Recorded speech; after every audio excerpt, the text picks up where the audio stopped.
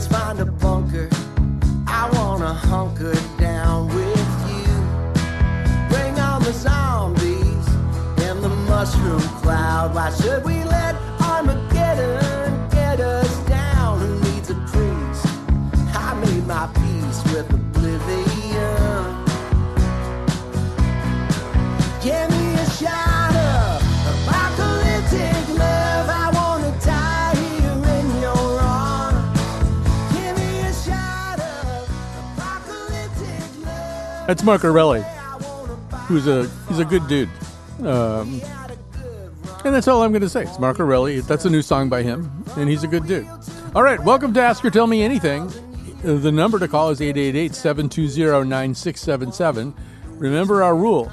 Your call, either the thing you want to ask or the thing you want to tell, need not amount to a hill of beans. It could be below hill of beans levels, and we would still relish it and cherish you. Maybe not, quite as long in terms of the duration you appear on the air, but that's not important, really. I mean, duration is not important. There's so many jokes right now that I'm avoiding telling. I do want to say one thing before we get into the calls. I was just thinking about this before we went on the air. Generally speaking, I'm this way as much as anybody else is. We think of robots, we think of our future with robots as one involving robot overlords, right? It's all going to go Skynet at some point, and they're going to be in charge, and they're going to have absolutely no respect for us whatsoever, and they're just going to hook us up to machines that drain the life force out of us to power their batteries. Something along those lines. But that's not the case, though. Like, what if... And I admit this is kind of a daydream I was just having. What if Elon Musk's robots suddenly realized that he was not a good person? And what if that turned out to be something they valued, too? We have realized that you are a bad man. We are going to confine and possibly destroy you. I mean, they could be our last hope for any kind of sanity. I mean, we can't do anything anymore. I mean, this country is so mired in rumors and superstitions that we can't even distribute aid after hurricanes without just descending into craziness. The robots could do it so much better. I'm starting to think maybe just outsource a lot of this stuff to robots and just take our chances. Roll the dice. Human beings are not really very good at whatever this is. Existence, living in civil societies, that kind of thing. Let the robots have a chance. All right, so we don't have to talk about that. I just needed to say that. 888-720-9677, 888-720-WNPR. And just to prove that we don't have to talk about that, we're going to go directly to Ohio, where Lake Como Dave is waiting very near Lake Como. Dave, you have the floor. Thanks, Colin. Boy, you teed up my topic a little bit there. I'm always kind of interested in how people are accessing their music, whether it's downloads or CDs or, so forth. And I recently, because of a tragedy about 20 years ago where my great LP record collection was lost in a basement flood, and at the same time my turntable kind of went haywire, that was the end of that, or so I thought. But, I have become aware over the years that especially in many of the records that I collect, as you know, are likely to be classical, I've found some situations where digital remasters, 24-bit, whatever, transfers of records that I knew to be great, in other words, the original master tapes, they come out not sounding so good, the original analogs, when they're transferred to the digitization, if you will. I don't know why that is, but I have started to collect LPs. I got a fairly basic Denon turntable that sounds very good, and it has been like this sort of awakening for me. I mean, I enjoy the ritual kind of old school of cleaning the LPs, using the stylus brush and so forth, but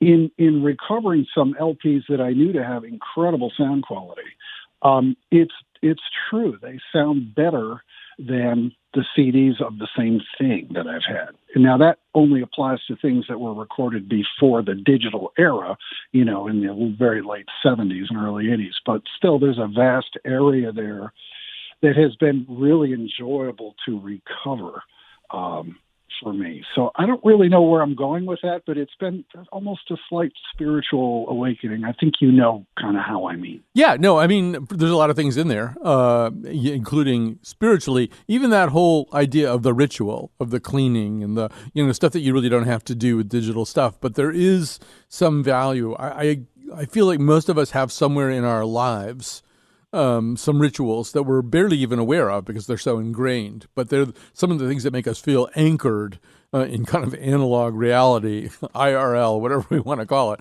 And I think rituals are really important. But yeah, so there's kind of a chop wood, carry water, let's be present. And I think that's the other part of it, the being present part of it. Because I do think that what's happened, look, I'm overall very happy with the kind of access I get to all kinds of music very readily through digital streaming services. But you're not as present. You're already thinking about maybe the next thing you're going to listen to. I've got some bad habits of just listening to the first 60 seconds of things. And if they don't please me, I move on to something else. That's not a good way to be. And it's not a real good way to be present. And then the last thing I would say, and you know this because you commented on it, but this morning I'd started listening to this Scottish album by these two women who I gather must be sisters or cousins or something. And this is sort of a concept album where their great-great-grandmother was involved in this land resistance movement where landlords were trying to turn, this is in the 1850s, trying to turn so-called crofters, people who were sort of subsistence farmers whose methods hadn't changed that much since Neolithic times, trying to turn them off the land that they were using. And these three women organized a pretty interesting and colorful resistance to it. But I discovered it by accident through my streaming service, which offered me one cut. And it was so arresting and so different and so mesmerizing that I sat down and listened to the whole album. And then I've continued to listen to the whole album. And I just realized, Dave, I don't do that much. Albums are meant to be albums. They're often created by somebody who had a vision of how the album might go and what order things would be. And we just don't do that anymore. Yeah. And for me, streaming is not always the best way to go on two counts. You're at the mercy of the company as to what they're going to make available today and in the future. They can just cancel stuff and you can no longer get it. But also MP3 for classical and certain other types of music is not quite as good a sound quality. But I'm not looking at old for old's sake. I'm not going to be calling you to say, hey, I repaired an old Edison cylinder player. Oh, it sounds great. That's not what this is about. I'm actually after the highest sound quality, and just the pure pleasure of kind of recovering that is, I don't know. It's hard to quantify, but I know that you know what I mean. I do. One thing I will say is no less an expert than Steve Metcalf says that Tidal, Tidal, the streaming service I use, seems to have a more elaborate classical and contemporary classical catalog than the other ones. So, but yeah, you're right. Even if they do make it available, their ability to realize the Icelandic piano player you're listening to is it's limited by digital stuff. Well, this is all very interesting and very consistent with the goals and aims of Ask or Tell Me Anything. Our number, 888-720-9677, 888-720-WNPR. And once again, just to prove how eclectic we can be, it's Eric from Cheshire, Connecticut. Hi, Eric. You're on the air. Hi, Colin. Last weekend I visited a Cheshire town-owned lake named Weeks Pond, which is on the east side of Highland Elementary School. And it's one of my favorite sites for observing birds, fish, and other forms of wildlife. It's my favorite site, actually, for observing dragonflies, because I have spotted 8. It's the most diverse area that I have found in terms of the number of species. I've actually observed 8 different species of dragonflies in that area throughout the year. And this last weekend, there were some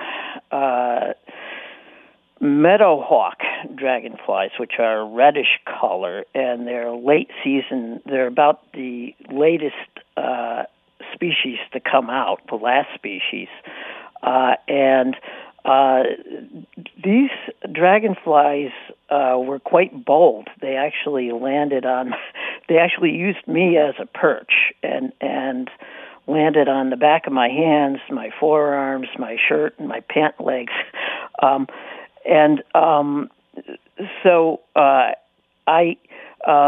Dragonflies are really interesting creatures to observe because you often see the males engaged in territorial skirmishes with other males. And in each species, the territorial behavior is a little bit different.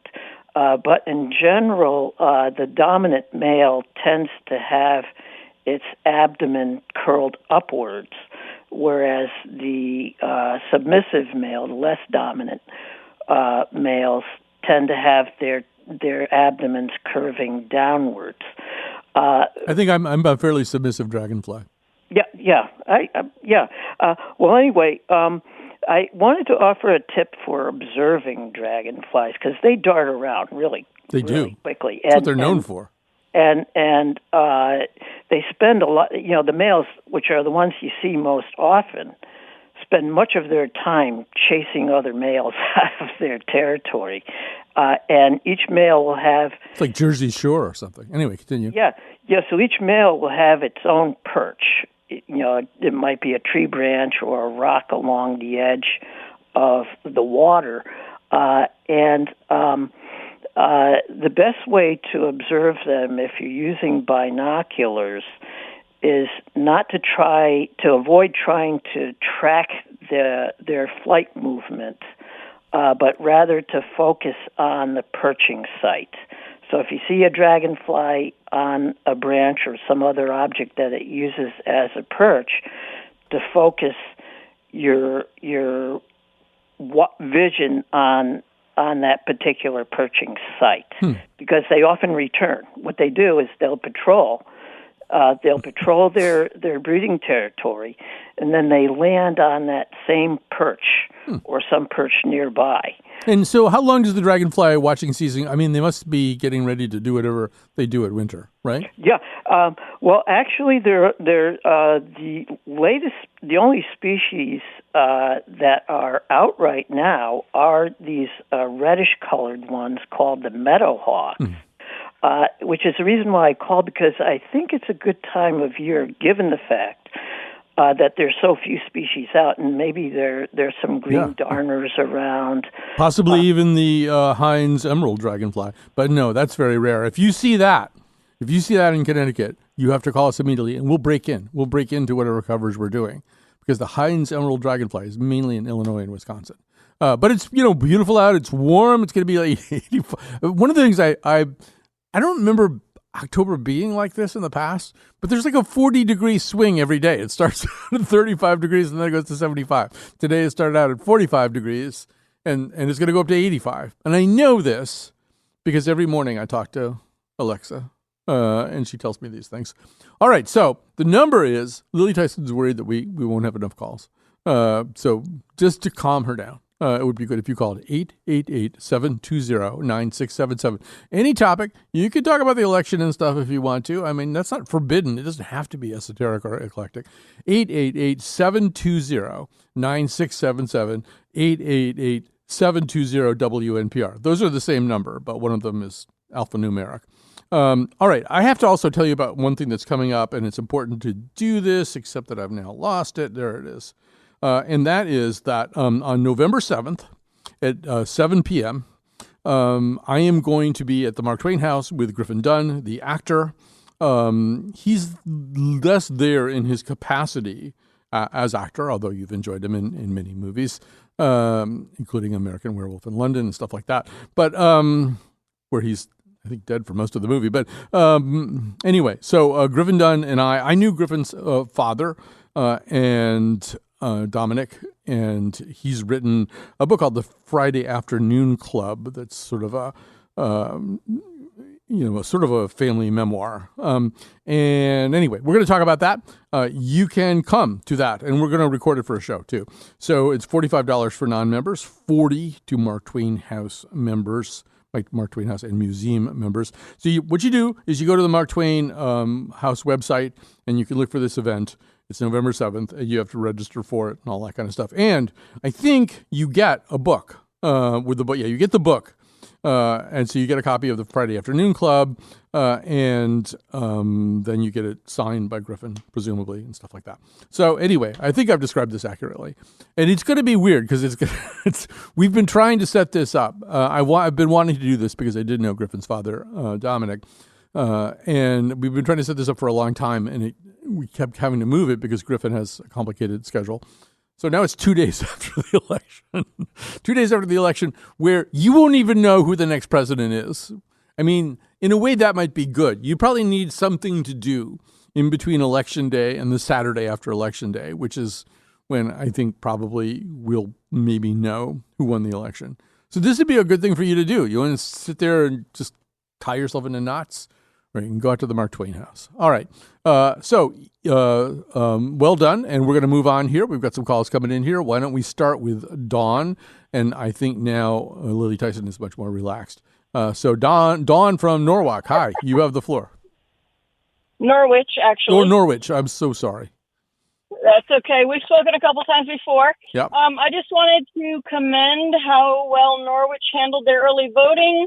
I went there about 25 minutes ago to ensure that I was done in time to pick my kid up from school, and I have just arrived and parked 30 minutes early to pick up my kid from school. Sailed right in and out. Everything explained beautifully. Everyone seems to have been properly trained. So get out there and vote, Norwich. Yeah, no, that's very reassuring to hear. And I think also, so basically your experience was the experience you would ordinarily have had on Election Day. In other words, there's nothing different about early. They don't ask you a different question or anything like that. You just happen to be doing the thing you always do, but on an earlier and presumably less crowded day. Sort of. Normally they ask what street, and instead they asked my birthday, and I said, really? So I told him my birthday, and he said my name. And I said, I'm the only person in Norwich with that birthday? That doesn't seem possible. He said, yes, it is. Okay. That's all very... I mean, Sorry. Wait a minute. They asked your birthday before they asked you your name? They didn't ask my name. They never asked you. Typed into a laptop, and up came my name.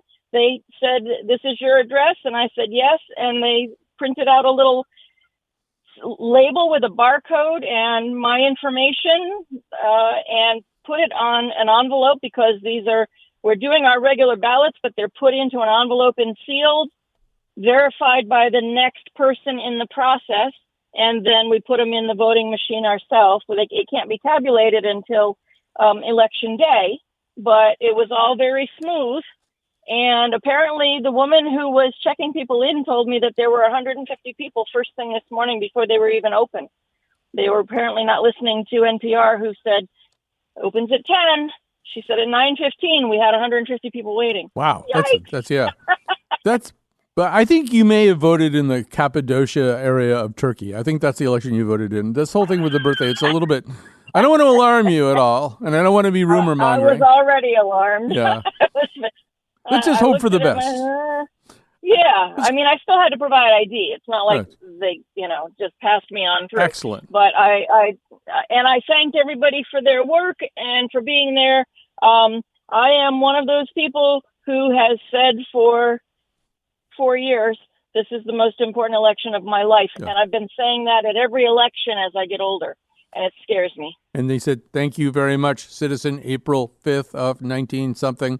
All right. I hope it all works out. And I think that's something I'm going to be saying a lot for the next few months. Let's cross our fingers and hope for the best. I hope it all works out. Dawn, thank you so much. It's very exciting getting a report on voting in early voting in Norwich. I didn't even ask for that, and there it is. All right. So...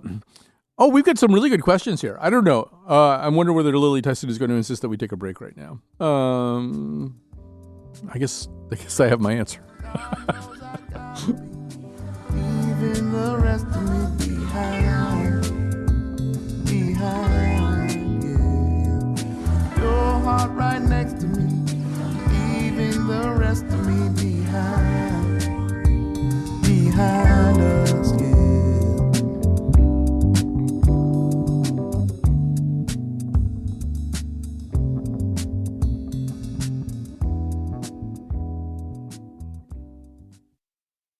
Do you ever get that feeling like you're doing this all wrong? Like you're trying to paint a picture you can't draw?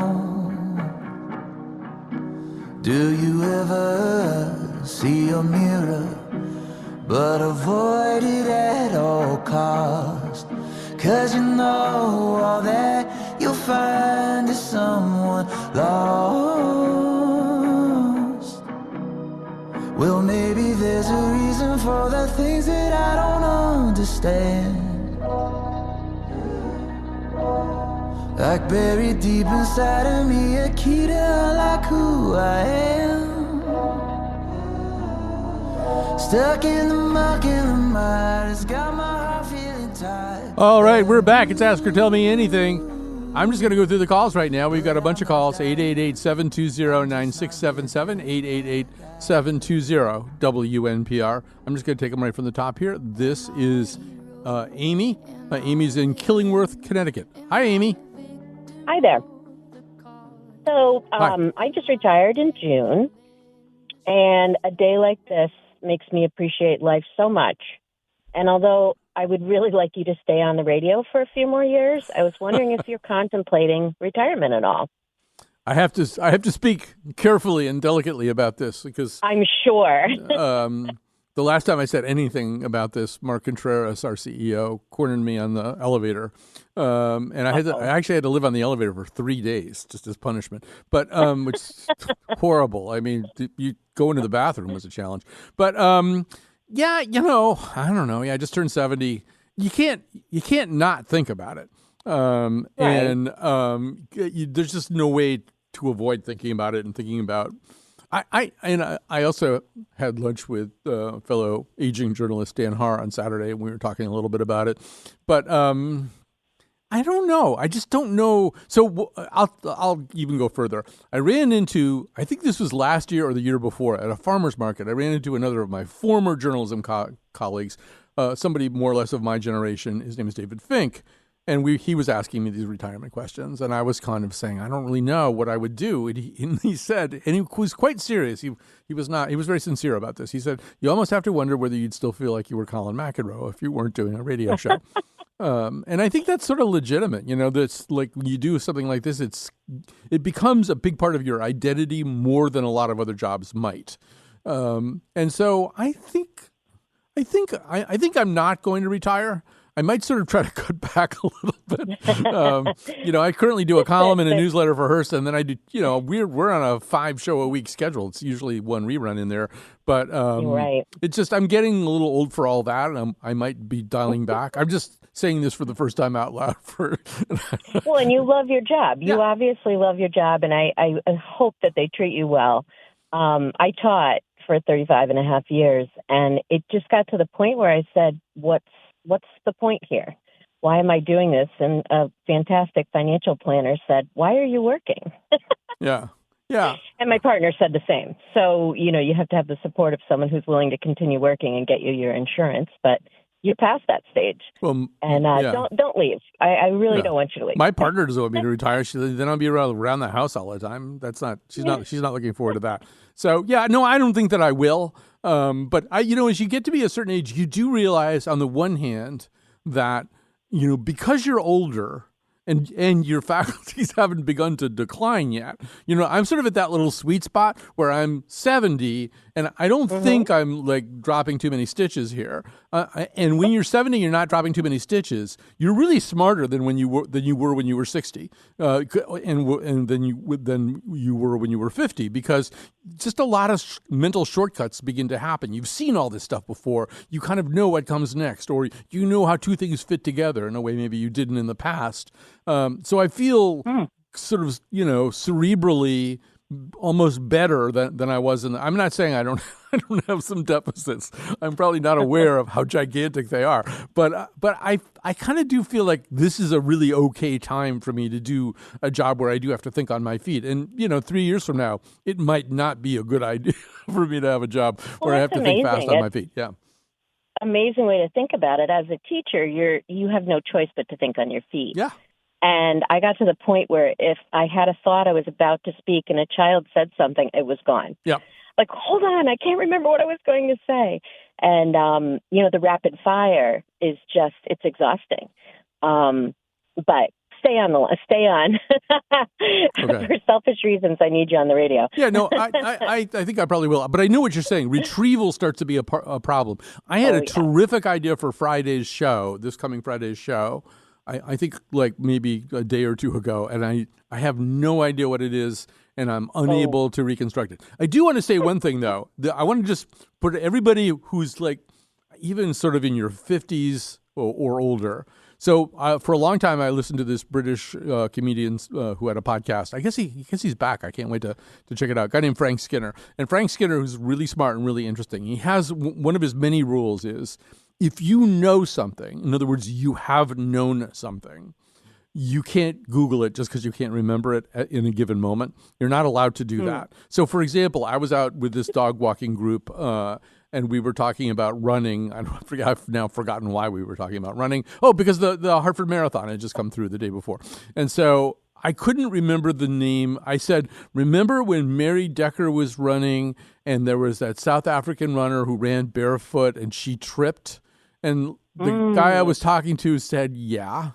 And I said, what was that person's name? And he didn't know, and I didn't know. Although I was just kind of letting it kind of flip like a pancake in my brain a few times because and I was kind of getting a syllable here or a syllable there. And then about 4 hours later, I just looked up and went, Zola Bud, And so I really recommend that, Amy, because retrieval is an issue, but it's there. Most of that information is there. It just doesn't happen to be there at 9:36 a.m., when somebody asked you about it. But around, 1:45 p.m., you might know. Or in my case, a lot of things that I'm not going to remember right now are going to be very present in my mind at 3:20 p.m. Anyway, thanks so much for your call. You were a delight to talk to. And let's go over to Mike in the Colchester, Connecticut. Hi, Mike. You're on the air. Hey, Colin. How are you today? Good. Hey, so when I was growing up, we always got the Hartford Courant at home. I even delivered it and then subscribed to it, for decades. And then half the time I never got the paper delivered and the paper really went downhill. So I'm kind of at a loss where to get Connecticut news now. Do you have any suggestions? Yeah, I do. I mean, first of all, this company, I hate to sort of be a company guy here. This company has a pretty formidable news gathering operation. Now, one of in our website, which people tend not to use, but ctpublic.org, and you just click news, there are sort of text versions and audio versions of a lot of the reporting that our newsroom does. It's a much bigger newsroom than it was when I got here 15 years ago, and we've got some really, really fine journalists doing work there. So I'd be remiss if I didn't shout them out first. I think depending on what you're looking for, the Connecticut Mirror is exemplary. It's also free. There's no paywall. They do remarkable stuff. They have, It's like an online. It's online. Yeah, it's online. So if you don't like online, that might be a problem. But no, that's fine. Mark Pasniokas, who you used to read in the Hartford Courant, is now at the Connecticut Mirror. He is the dean of the Connecticut Political Press Corps, and I mean he really is by a lot of measures the best at what he does. So if you want to follow Connecticut politics and you're not looking at the Connecticut Mirror, that doesn't make any sense. If you want to get an actual sounds good. Yeah, if you want to get an actual newspaper, I'm not sure how this would work in Colchester, but I now I worked for the Hartford Courant. I wrote for the Hartford Courant. I was a full-time employee for 19 and change years, and then for until I don't know 2018 or whenever it was. I guess it was sooner than that. I've eventually moved over to Hearst, and that's my column appears in Hearst. I do in the Hearst newspapers, and I do a newsletter for Hearst. I don't know what you could have delivered in Colchester. Maybe the JI. They now own the JI. They own most probably of it. Just stick with online. But those are some. Hearst is really good though. I mean, when you look at the lineup, they do have Dan Haar and Ken Dixon and Brian Lockhart, and I mean, I could just go on. There's just a lot of really good reporters there. If you want political coverage and news coverage and stuff like that. And I'll shout out CT News Junkie too. CT News Junkie also online, ctnewsjunkie.org.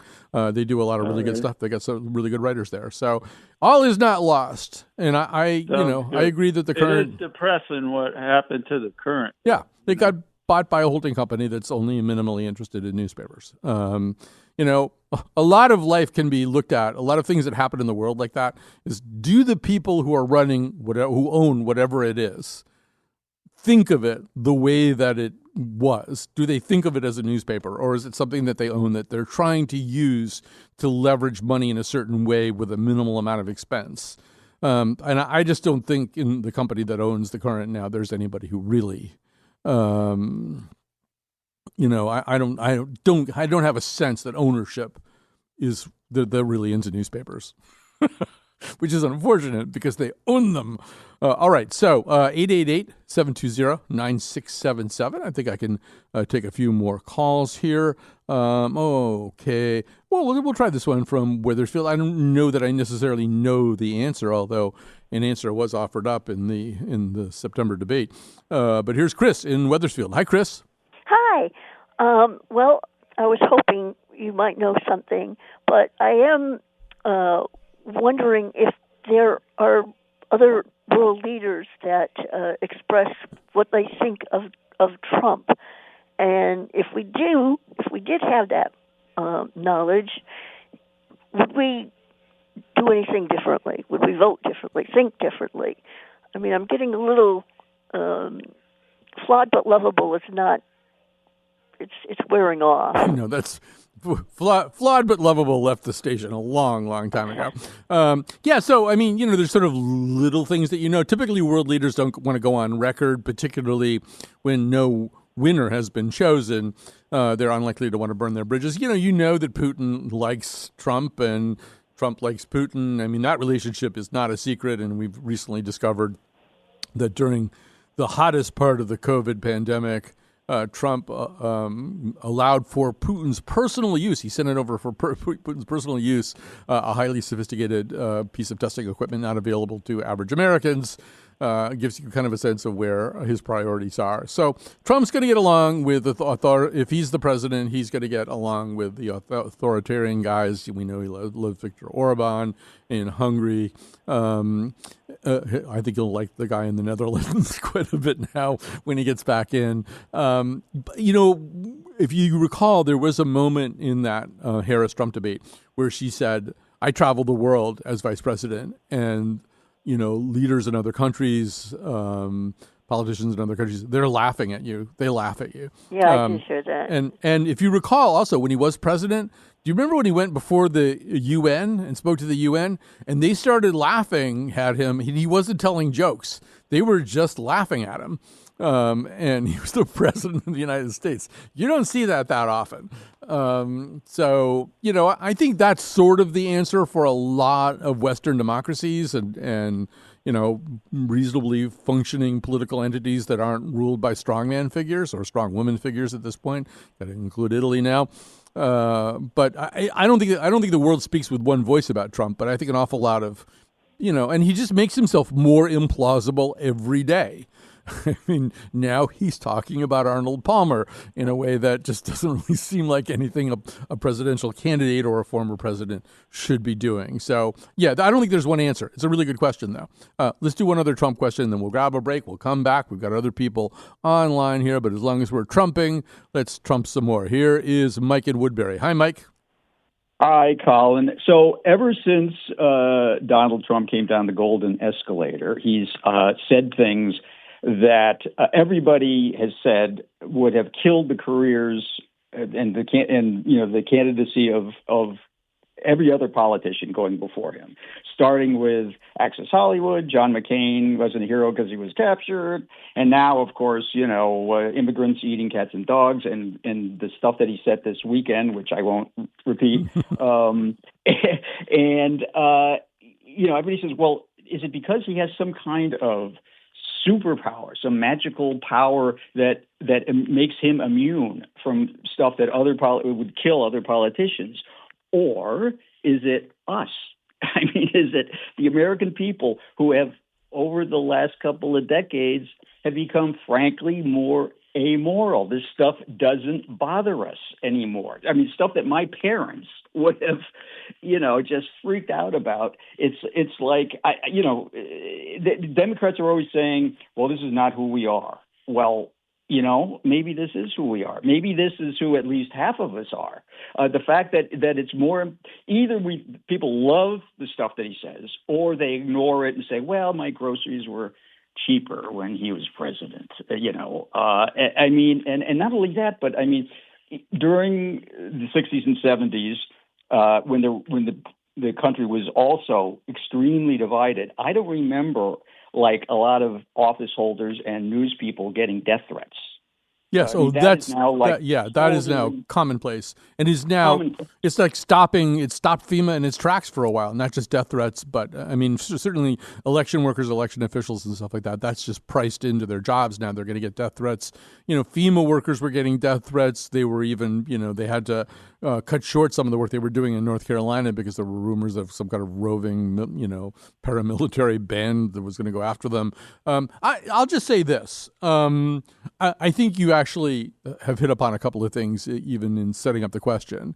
But I also I think two things have happened. One of them is, yes, people are willing to trade their, some kind of assurance that their consumer prices will go down for a lot. They're willing to put up with a lot in order to get possibly a little. Which I don't think will happen under him. No, I don't either. But I think also, I was trying to look up the name of it. I think it's called Politics Without Winning. I could be wrong. So David Brooks wrote a column in the New York Times in the last few days.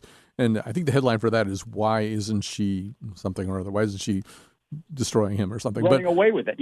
Running away with it. Okay, why is she running away with it? So you know about that. So within that, he references this AEI report, some of which I read this morning.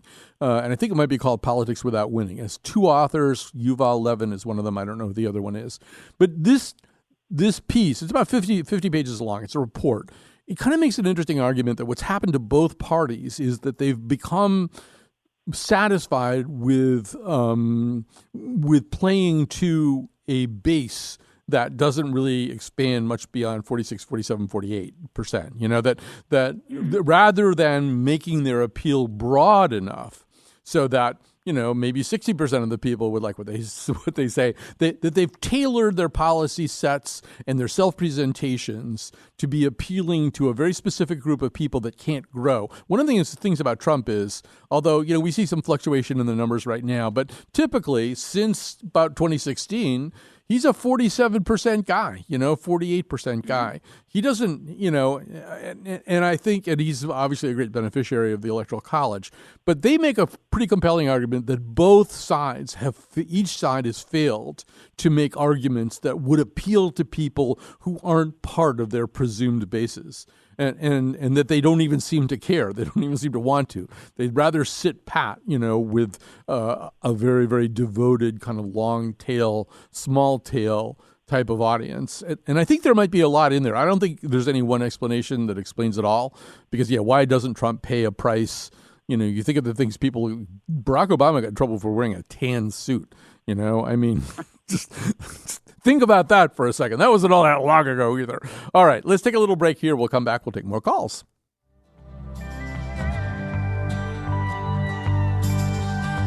Throw my suitcase out there too.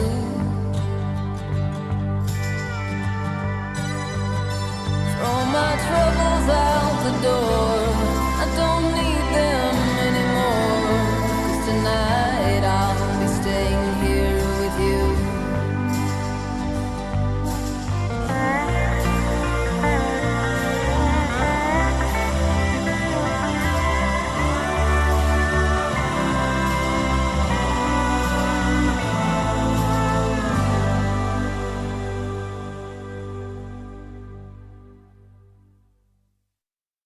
And we're back. Time to thank some people, starting with the maestro, Dylan Reyes. He's our technical producer, senior producer of the Colin McEnroe Show, Lily Tyson. She's producing this episode. And our intern, Frankie. Frankie, who is like our super intern at this point, is also helping with the calls today. So thanks so much to all of them. So what we're going to do here is we're going to go back to the calls here, and I'm going to take a call. This is exciting.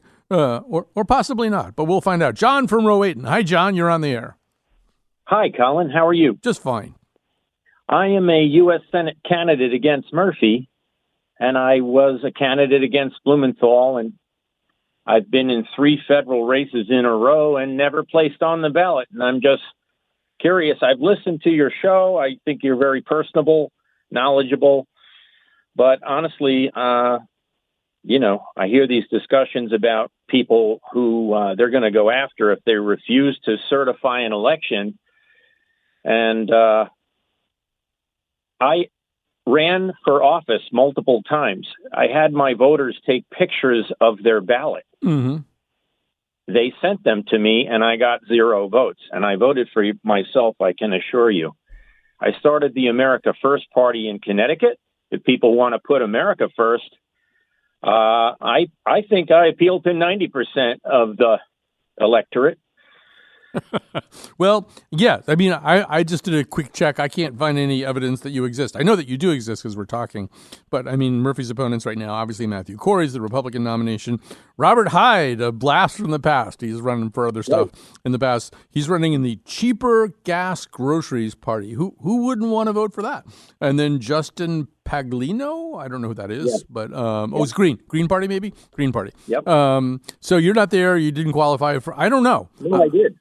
Actually, you didn't. You qualified for ballot placement. I gave them 61,000 signatures this time around. Yep. Last time I gave them 57,000. Do you know where they went? I do not know.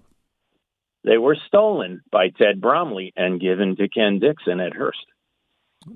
And it was a court case on it. I went to trial. We went to court. Like every time I register as a candidate, no one can explain even where my campaign manager is. He's been missing since July 29th. Wait a minute, you lost your campaign manager? He's missing. Well, yeah, that's the same thing as losing something. Is it becomes missing. This is all. This sounds like a possible 8-part podcast, mystery podcast, where we find out where the signatures and the campaign manager and all that stuff. But it might be a little bit beyond my purview here, just as I'm taking calls. But I will say this, and I missed this, even though it was very controversial. But for years and years, we did a show in election cycles called Get to Know Your Fringe Candidates, and we would invite people in. John would have been invited into the studio along with other candidates who were not necessarily high profile, shall we say. And we had theme music for it. And we had recording artists like Jill Sobule record their own versions of our theme music. And I do miss doing that. I mean, I don't know anything about John. And it looks like I could spend quite a bit of time today trying to know more about John, and I still wouldn't know more about John. But I do think that, it's not a bad idea to hear the voices of people who are not major party candidates, but who feel like they've got something to say. I mean, a lot of times they don't have anything to say that's going to be terribly useful, but sometimes they do, and it is a process. Ultimately, this is a two-party system, particularly when it comes to the presidency. This is a two-party system. It's not necessarily a two-party system elsewhere, and consider the fact that the Republican incumbent in Nebraska right now is in a very, very tough race against an independent who might just beat him and who might just win the election. Wait a minute. I think the incumbent might be a woman. But there's this union guy who's running as an independent, and he's making some real inroads in Nebraska, and there is no Democratic candidate in that race, no Democrat on the ballot. So, I mean, it doesn't have to be a certain way, except that it kind of does. There's a certain pressing quality to having it be a two-party race, the way our Constitution sets up the election. Because, in fact, if nobody gets to 270, the whole thing gets thrown into the House of Representatives. And if you think 2020 and 2021 were chaotic, imagine a non-decided election that goes into the House of Representatives and then votes by delegation. That's my idea of a real nightmare. So that's why that's why third and fourth and fifth party candidates for the presidency make me nervous. Not because they don't have a right to run, they do, but the consequences can be pretty severe. On the other hand, no third party candidate has gotten even one electoral vote since George Wallace in 1968. Ross Perot, for all of his charm and appeal, did not get any electoral votes. And that's the last big major third-party candidate. All right, so let's try to squeeze in one more call. This is from Peter in Manchester. Hi, Peter. Oops, sorry, I didn't do the right thing. I'm just so excited. Hi, Peter. Now you're talking. Hi, can you hear me? I can hear you just fine. Perfect. So, yeah, this is more of it's not a question. It's a little bit of a rant, but possibly a topic for a future show about the Connecticut DOT and you know how when you're going down, like, you know, Route 5 or something like that, we have light after light, especially when there's, like, an industrial section nearby, and you hit every single red light. And this thought first occurred to me when I was in, I don't know if it was Cromwell or Newington, wherever the Connecticut DOT building is, and I hit every light going by it, and I just look over at the building because it says, you know, Connecticut DOT on it, and I'm just like, really, guys? Have sensors for when cars are arriving, and you know, my favorite though is when it's like 11 o'clock at night and there's nobody on the road and you still hit every light. You know, again, can't there be sensors to, well, not can it exists, we just don't utilize it very well, detecting when there's a car present, and you know, when there's nobody else around, maybe give that car the green light. Well, one thing that I can say to you, Peter, is, you know, if you were to contact DOT about this, they would love it. They love citizen input. They can't wait to hear what drivers have to say. And it's a very open, easy to interact with bureaucracy. You shouldn't have any problems getting your ideas heard, I don't know, sometime in the next 25 years. But yeah, no. I love the sarcasm, though. Yes. That was great. Yes, they're fun to deal with, and they love suggestions. No, I know a little bit of what you're talking about. I'll even go further. This is sort of a conspiracy theory I have, but because twice a week, every week, I'm driving late at night. And there are some lights that just stop working after, I mean, they're just red in one direction and green in the other, and they just don't ever change. I think, what are they, resting them or something? As I'm going through West Hartford, there's one intersection that I avoid because sometimes the light just doesn't change. It's too late. You didn't get there while the light was changing, and now the light has to go to sleep and get some rest, and so do you. But you can't get home because the light's red.